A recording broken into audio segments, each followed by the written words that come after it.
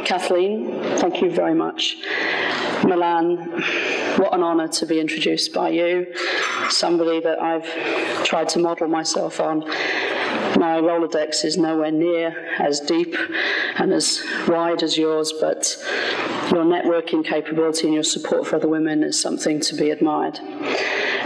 Fellow awardees, ladies and gentlemen, friends, colleagues, thank you. This is a true honour.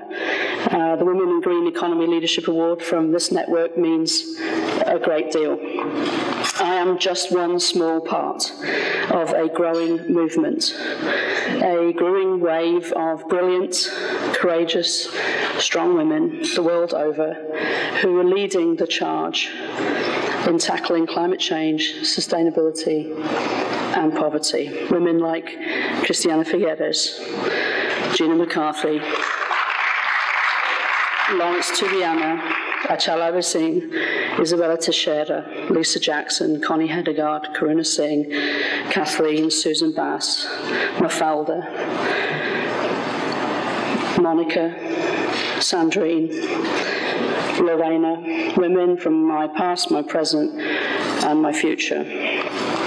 It is a remarkable movement, and we will later celebrate one of the greatest diamonds in the rough, Mindy Lubber, who needs no greater introduction. So last year we put a remarkable set of agreements in place. We tried to put the world on a pathway to well below 2 degrees centigrade, 1.5 to stay alive if you live in a small island or a delta community, and to meet the challenge of 17 Sustainable Development Goals. We have to stand back and recognise how remarkable that agreement was.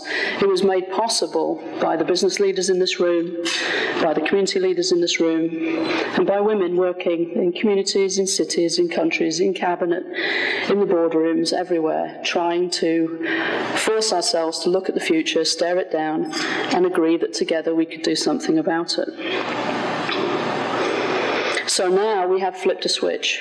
We go from negotiating agreements to making them real in individual people's lives. We have to succeed. And at the heart of that transition to a cleaner, more just world is an energy system that needs to serve everybody. It has to serve the 1.1 billion people who don't have access to electricity today. It has to serve the 2.9 billion people who don't have access to clean cooking, and the majority of them are women. But it has to serve the business owner who's trying to make a buck and employ people and doesn't know whether the power will be on for 4 hours or 6, and is forced to choose a dirty source of energy to run his or her business.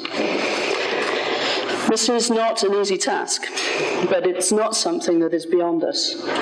We have much of the technology. The policy and the finance need to catch up.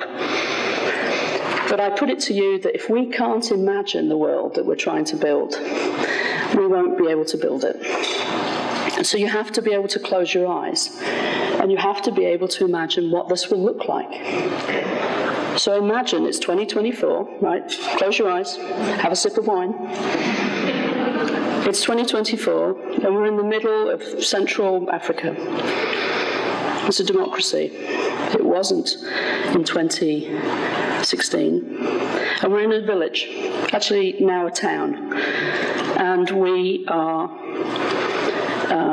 sitting in the centre of the square, and the lights are on. It's evening. Every household, lights. Kids studying. There's a clinic with a mini-grid just behind it, humming, purring. And that mini-grid is putting the lights bright on in that clinic, and in that clinic is a nurse, a woman, who was actually able to train at home. She didn't have to go to England, she didn't have to go to France, didn't have to come here. She was able to train at home. And she trained, and she's now operating an emergency procedure at at dusk with lights, no longer worried that the autoclave would have malfunctioned because the electricity was coming on and off and the instruments are clean. She smiles.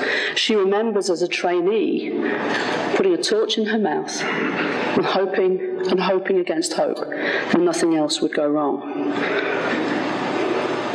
You can imagine at the same time, same day, we're in London, the Institute of Directors, still in that big building at the end of Pall Mall. But when we walk into the room and we're having a discussion around the transition of companies in the energy sector, the majority of the room is women. Because the majority of the non-executive directors and the directors of energy companies in 2024 are women.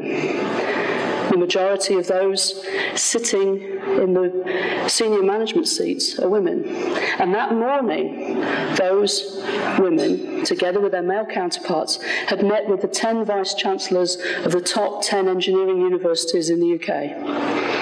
And they had seen the data that showed for the first time that the majority of female engineering graduates were actually moving into engineering jobs with equal pay or better pay in companies focusing on a cleaner future. If we can't imagine that that is possible, we will not be able to build it.